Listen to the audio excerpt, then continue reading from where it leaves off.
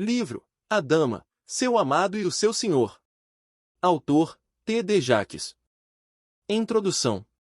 Quando consideramos que a mãe é quem geralmente estabelece a atmosfera do lar, vemos que é imperativo que toda mulher reconheça e cultive os dons singulares que lhe são naturais, a postura calma de um coração espiritualmente enriquecido, uma confiança tranquila e a capacidade para influenciar de modo bondoso aqueles a quem ama.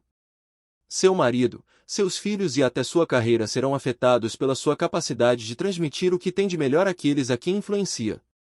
Vejo-me então desafiado a descobrir alguma verdade paralela que me ajude a descrever a necessidade crucial de cada mulher encontrar equilíbrio na vida e contentamento no coração. Aqui irei comparar a necessidade de cada uma delas descobrir uma vida centralizada e não distorcida ou desfocada. A música talvez seja uma metáfora adequada, que vai penetrar o coração e afetar o espírito daquelas mulheres que carecem desesperadamente desta informação. Os homens amados por essas mulheres vão igualmente beneficiar-se dessas palavras, pois é dever de todo homem ajudar sua companheira a alcançar grandeza. Quase todos gostam de um tipo ou outro de música. Ouvimos e apreciamos o gorjear dos pássaros e o cricrilar dos grilos. Ligamos o rádio e escutamos. A música parece distrair-nos do caminho árduo que seguimos, trazendo-nos uma sensação de bem-estar. A música consiste em notas individuais reunidas com o propósito de produzir sons harmoniosos. Se as notas forem discordantes, não passam de simples ruídos. Só quando se expressam harmoniosamente é que nossa alma descansa na tranquilidade dos sons acariciantes. A vida assemelha-se muito à música. A arte de viver é orquestrar e organizar nossa vida de modo que todos os diferentes acontecimentos e exigências possam ser produzidos sem entrar em rota de colisão uns com os outros, produzindo ruído. É isso que todos querem conseguir. Orquestra alguma, porém, pode produzir harmonia em meio à diversidade de seus instrumentos, se não houver um maestro para cuidar do tempo e da estrutura. O Senhor é o regente que orquestra os acontecimentos que tendem a criar o ruído do estresse em todos nós. Sem ele, a vida mais parece uma banda escolar preparando-se para iniciar o desfile. O Senhor traz calma e ordem a um mundo caótico. A tranquilidade do contentamento é o clímax da existência. Não importa se você seja rico ou pobre, se puder alcançar contentamento e harmonia interiores, estará tão ou mais satisfeito do que a pessoa mais rica do mundo. Tome então um momento para respirar fundo, exalando todo o estresse que ingeriu e vamos falar sobre como transformar o ruído de sua vida na música que anseia ouvir. São 3 as áreas que queremos façam parte da tonalidade perfeita da harmonia interior. A mulher possui 3 relacionamentos que devem ser equilibrados, a fim de haja pelo menos uma aparência de realização. A primeira é a sua relação consigo mesma, pois este é um precursor necessário para qualquer outro relacionamento da vida. Quando a mulher não possui uma relação sólida consigo mesma, irá procurar ansiosamente relacionamentos externos na tentativa de obter paz interior. Tentará amar outros na ânsia desesperada de encontrar neles o que deve descobrir em seu íntimo. Essa busca será inútil e é o câncer que mata a maioria dos casamentos. Ela fará coisas certas pelos motivos errados e lutará com a decepção que brota de esperar que alguém lhe dê aquilo que ela mesma deve dar-se. A mulher não conseguirá manter relacionamentos sadios com outros porque o peso de extrair deles coisas que deveria obter de si mesma logo se torna pesado demais para qualquer outra pessoa carregar. O homem então sente culpa por sua incapacidade de satisfazer o que é uma necessidade insaciável. Ele recua e se esconde em seu trabalho, em seus excessos. Pode até ser tristemente levado à infidelidade, já que as expectativas da outra mulher podem ser controladas com a desculpa de ser casado. O casamento é uma relação sagrada. É a segunda em importância na vida da mulher. Ela não precisa ser necessariamente casada para ser feliz, mas existem poucas coisas tão satisfatórias como o doce néctar do verdadeiro amor conjugal e o compartilhar da sua vida com um parceiro que a valorize e respeite. No entanto, a mulher que não se ama fica tão sedenta de amor que corre para ele despreparada e um tanto vulnerável. Ela irá sempre amar depressa demais, ser demasiado possessiva e, na maioria das vezes, perderá rapidamente aquele que desejou segurar. Prende-se a cada palavra dele, como uma criança que tenta agarrar a areia da praia. Ela o segura firmemente, mas, ao abrir a mão, descobre que ele escorregou pelos seus dedos sem sequer saber o motivo da sua partida. Há, porém, Boas notícias. Existe cura para a mulher compulsiva que ama depressa demais e depois sofre durante anos por causa das escolhas erradas e da gratificação que lhe foi negada. Quando a mulher se relaciona bem consigo mesma e tem um nível elevado de autoestima, pode então compartilhar facilmente sua vida com outra pessoa. Não tenderá a ser amarga, defensiva nem descontrolada, porque tem um ritmo calmo que a mantém sincronizada com os seus alvos em harmonia com os que a rodeiam. Sua vida se torna uma linha melódica cativante e agradável aos ouvidos do homem.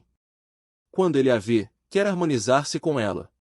Se ela aceitar, farão então um dueto com equilíbrio e propósito. Se recusar, fará então um solo, perfeito e eficaz mesmo que sozinha. Se for casada, essa mulher levará à cama do marido as pétalas macias de uma rosa livre de espinhos. Ele não se espetará ao amá-la. Se não mantiver um relacionamento com um homem, agora ela será capaz de escolher um companheiro cujo ritmo se harmonize com o seu. Ela aproveitou bem o tempo que passou sozinha e se dedicou à tarefa de estudar sua própria individualidade para saber melhor que tipo de homem irá adequar-se ao seu estilo de amor. Existe ainda um terceiro relacionamento que os já mencionados não podem substituir. É a base do triângulo. Muitas alcançaram grande sucesso em todas as outras áreas, mas acabaram descobrindo, para sua surpresa, que faltava algo. O que falta é a necessidade de uma relação com o Senhor. Ele supre a força espiritual que âncora a alma e se torna o fundamento sobre o qual tudo mais pode apoiar-se. A força íntima e a tenacidade brotam da fonte da oração pessoal. Não estou falando de fugir para um convento e vestir um hábito. Nem me refiro ao fanatismo, usado muitas vezes como cortina de fumaça para ocultar a frustração em outros setores. No entanto, o pêndulo só se move quando ligado e firmado em algo imóvel. Embora as pessoas mudem e você também mude, é agradável estar ligada a algo imutável. Lance a sua âncora no Senhor. Porque eu, o Senhor, não mudo. Malaquias 3:6. Nas páginas seguintes, iremos examinar as várias necessidades e funções desses três relacionamentos. Espero que, em meio a essa informação geral, você encontre alguns elementos que a beneficiem e, mais importante, reserve tempo para estudar seu comportamento, a fim de pôr em prática os elementos necessários para o seu equilíbrio. Não basta sentir-se mulher. Este livro foi escrito para que você se sinta como uma dama. Quando a mulher tem a sensação de ser uma dama e é capaz de enaltecer-se, atrairá para sua vida pessoas que irão refletir a opinião que ela tem de si mesma. Há momentos em que até a mulher mais forte pode apreciar o apoio de um homem que se sinta bem consigo mesmo e que possa ser a âncora dela durante as tempestades da vida. Ele será a mão carinhosa que tocará suas costas, dando-lhe estabilidade para prosseguir. Ele lhe dará um sentimento de amor sólido enquanto ela estiver enfrentando as várias épocas e fases da vida. Dará alívio a seu corpo, música à sua mente e um sopro de vento a seu espírito que a fará voar. Quando a dama está amando alguém, seus olhos brilham, seu sorriso é alegre e sua voz é calma e apaixonada. Com o amado junto a si, seu coração fica em paz, pois ela se sente segura e pode fechar os olhos e descansar a cabeça em seu ombro. Na calada da noite, porém, quando ele adormece e os problemas continuam a perturbá-la, é o Senhor que trabalha no turno da noite e a vigia no escuro. É com ele que ela pode conversar quando suas palavras não conseguem descrever o que está sentindo. O marido talvez entenda o que ela diz, mas o Senhor compreende os seus sentimentos. Há coisas que uma dama só pode receber de si mesma. Há outras que são resultados direto de um braço amigo ao redor de seus ombros numa noite fria. Mas, quando as mãos humanas falham, resta sempre a força dos braços eternos de Deus. Vamos examinar como toda mulher pode ter uma vida equilibrada e obter sucesso em cada uma dessas importantes áreas. Iremos compartilhar francamente o que é necessário para manter a identidade dela, a atenção dele e o favor do Senhor. Por que contentar-se com apenas dois lados de um triângulo, quando você pode tê-lo por inteiro? A dama, seu amado e seu Senhor, que essas três notas se unam harmoniosamente em sua vida, pois é a mais doce canção que vai ouvir. Parte 1. A dama. 1. Amando a si mesma. Amor, que palavra! É um vocábulo curto com apenas 4 letras, mas repleto de todos os sentimentos que se possam imaginar. Os gregos possuem várias palavras para descrever o conceito multifacetado do amor. Eles distinguem o amor tipo ágape do amor filia. Ágape descreve o amor divino, enquanto filia descreve o afeto entre irmãos e compartilhado entre os seres humanos. Para descrever o amor íntimo entre o homem e sua mulher, eles empregam a palavra eros, da qual obtivemos erótico. Amor, que sentimento difícil de ser descrito com exatidão. Ainda que tentássemos usar muitas palavras para descrevê-lo, não conseguiríamos. Imagine, então, descrevê-lo em uma única palavra, que significa coisas diferentes para pessoas diferentes. Isso resulta em falharmos com frequência ao descrever a variedade ou a intensidade do impacto inebriante do sentimento de amor. O amor é para a vida o que o perfume é para a rosa. É o tempero da vida, embelezando-a como as nuvens embelezam o céu. Muitas mulheres provaram o néctar do romance. Muitos homens se entregaram à influência da lembrança de um momento especial compartilhado com aquele alguém especial. Até os idosos rejuvenescem aquecidos pelas demonstrações de afeto e carinho. Desde o balbuciar alegre de um bebê satisfeito até o calmo respirar de uma avó idosa, nota-se a necessidade constante e a apreciação de sentimentos afetuosos que influenciam o que é comum e transformam o que é medíocre. O amor é realmente o elixir mágico da alma. É um denominador comum, algo que todos necessitamos sem considerar nossas diversas perspectivas ou as vicissitudes da vida. Quer o amor seja comunicado mediante um toque suave ou um olhar úmido, é da mensagem que necessitamos. O método é imaterial em comparação com a magnitude da mensagem em si. Não há medicamento que possa comparar-se com os sentimentos intensos, apaixonados, que ardem quando o coração está amando. É o amor que faz os sentidos se aguçarem. É o amor que leva o coração a bombear mel para a alma e que tranquiliza a mente. O sabor suave do favo satisfaz os anseios da alma. Sem o amor, a vida perde o gosto, e o sucesso é vazio. O que pode comparar-se ao amor? Ele mantém vivo o homem doente e faz adoecer o indivíduo sadio. É o amor que nos dá coragem, e é também o amor que nos torna medrosos. Ele enfraquece os fortes e fortalece os frágeis.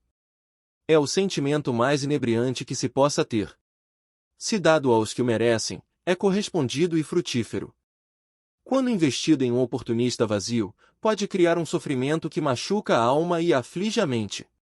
Por meio dele, a pessoa comum pode parecer extraordinária.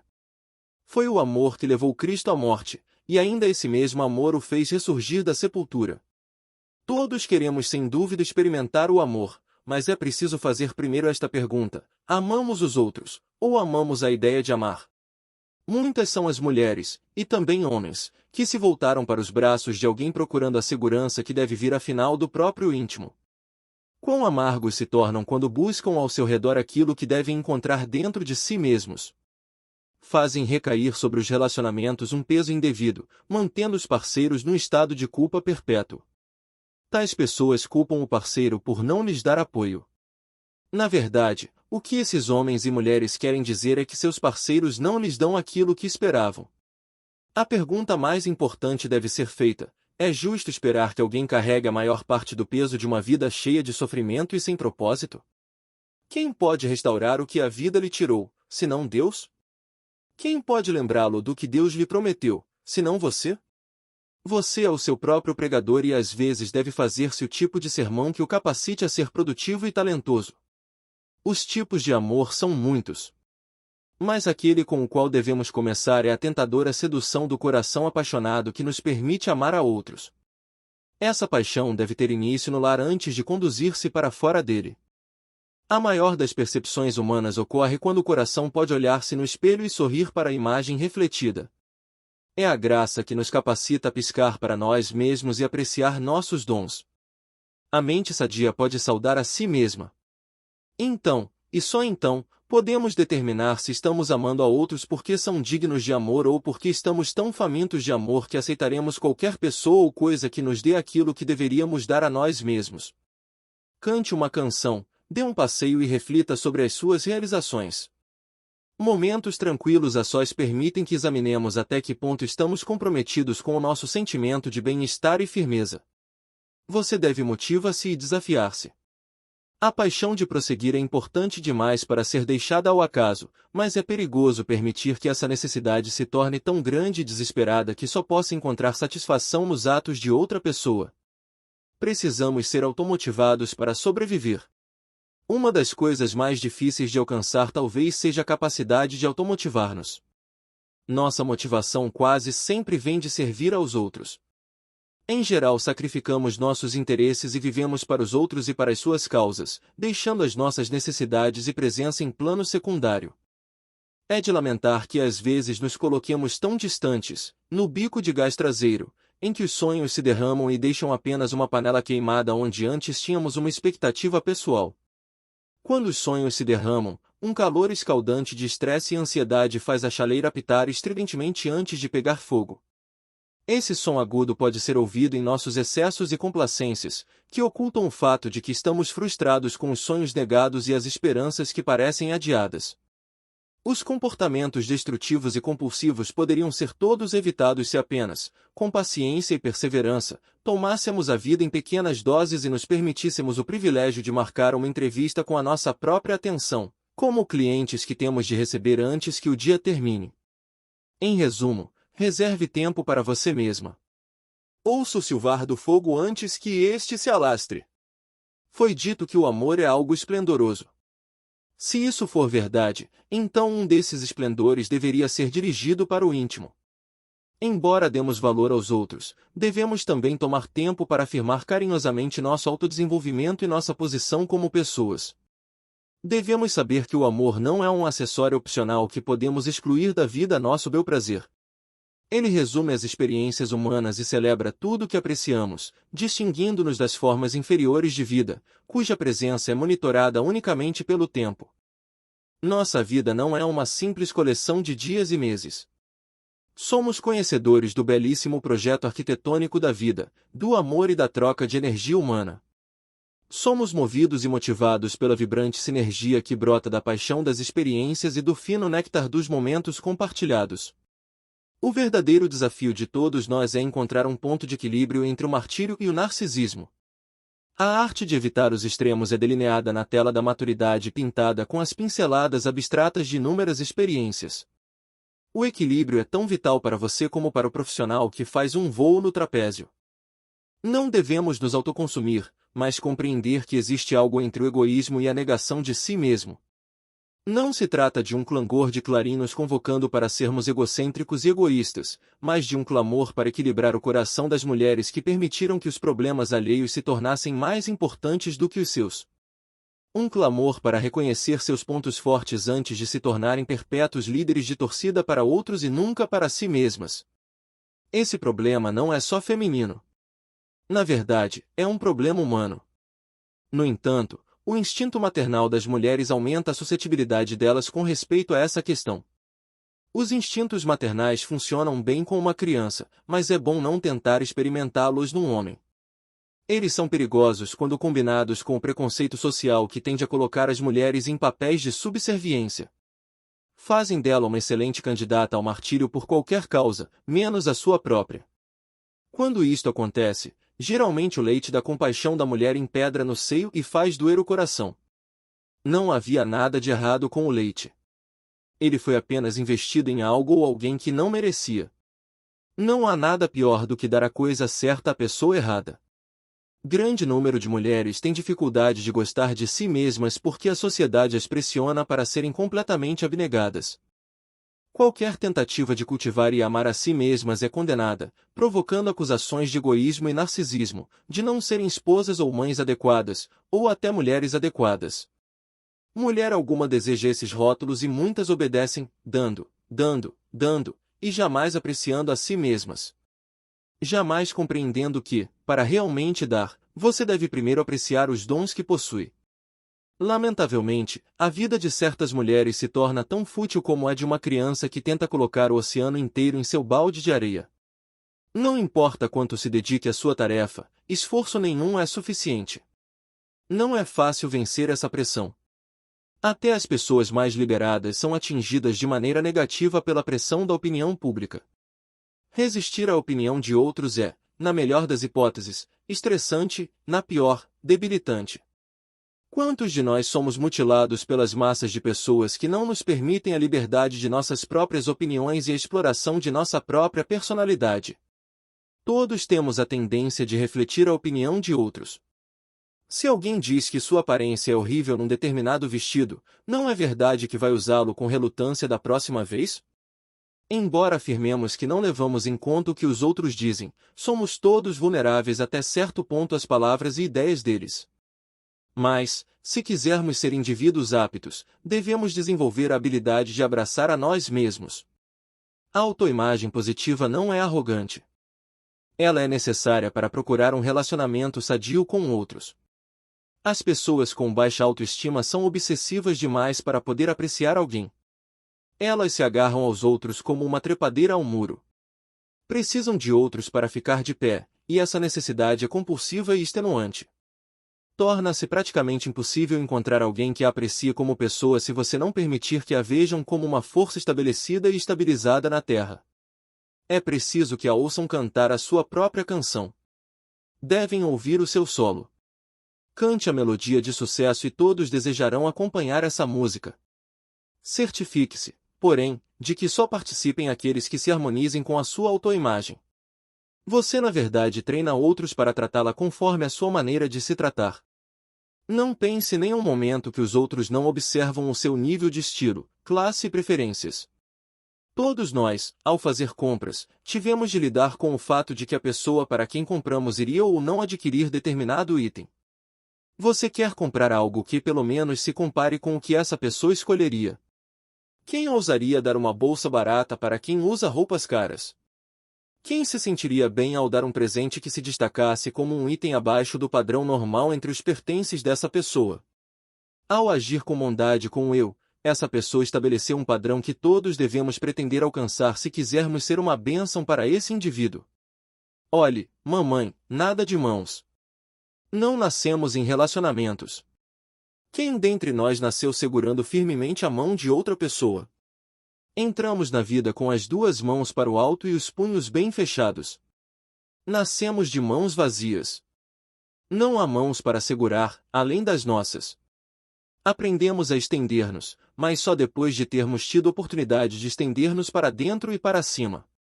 É o esticar do espírito para o alto e o estender-se da alma para dentro que capacita o estender-se para fora do corpo.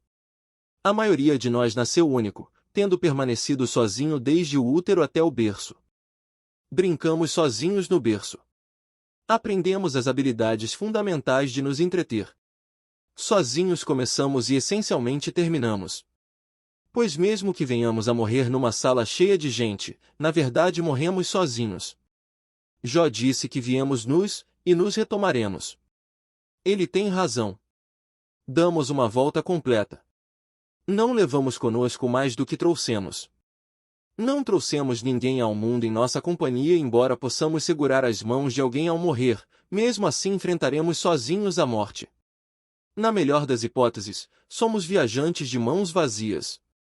Começamos com elas fechadas e acabamos também assim.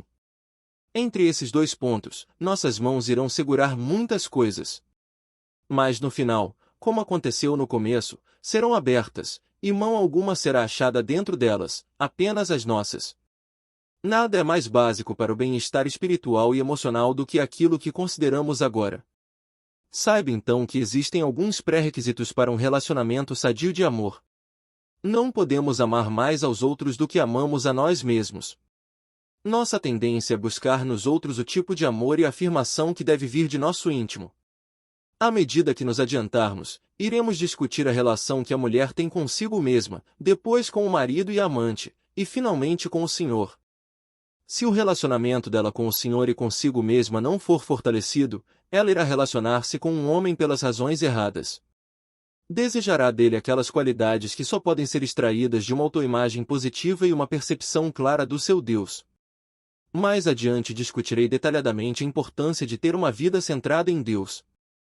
No momento, porém, vamos considerar o que pode ser alcançado pela mulher que conhece e ama a si mesma.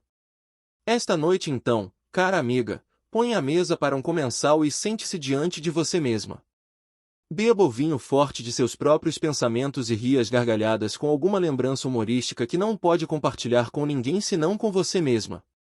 Será que antes da noite terminar você se achará aquecida pelo fogo de seus próprios sonhos e talvez sussurrando muito baixinho a confissão de que, pela graça de Deus, aprendeu finalmente a gostar da sua própria companhia? Será que o fato de estar só não necessariamente significa que se sente solitária? Você já se divertiu alguma vez? Ou está guardando todas as suas habilidades sociais para alguém que não está presente? Se estiver, essa declaração dá a entender que você não é suficientemente importante para exigir seu próprio respeito. Esse é um ponto perigoso para começar a vida. Se não puder valorizar a sua própria existência e presença, acabará tendo problemas em relacionar-se com os outros. A maioria das pessoas não gasta tempo divertindo-se. Elas nunca planejam uma noite para si. Suportam o tempo que passam sozinhas como se tivessem sido enviadas para a solitária. Mas é a mulher solteira que tem tempo para desenvolver a verdadeira espiritualidade. Ela não precisa preocupar-se com filhos ou marido. Tem tempo para fortalecer-se em vários e diferentes níveis. Tem tempo para melhorar suas finanças, sua espiritualidade e sua personalidade. Cada área precisa ser fortalecida a fim de que possa discernir claramente se está amando ou apenas carente quando chegarem as propostas. Também a mulher, tanto a viúva como a virgem, cuida das coisas do Senhor, para ser santa, assim no corpo como no espírito, a que se casou, porém, se preocupa com as coisas do mundo, de como agradar ao marido. Digo isto em favor dos vossos próprios interesses, não que eu pretenda enredar-vos, mas somente para o que é decoroso e vos facilite o consagrar-vos, desimpedidamente, ao Senhor. 1 Coríntios 7, 34-35. Estou, portanto, sugerindo que você tenha primeiro um relacionamento com Deus, depois com você mesma e, finalmente, entre os múltiplos frutos de sua habitação, então você estará preparada para compartilhar com outra pessoa o que determinou ser digno de colocar na mesa do amor. As primeiras coisas em primeiro lugar, Deus é um Deus de ordem. Ele criou Adão sozinho e depois lhe deu uma companheira. Adão teve tempo com Deus e consigo mesmo antes de passar tempo com sua bela esposa. Se Deus decidiu dar a você um tempo de comunhão com Ele, goze desse sábado e o receba como uma oportunidade para saborear a sua consagração e desenvolver suas qualidades como indivíduo. Fim do livro Amostra. Adquira o livro completo. Link na descrição.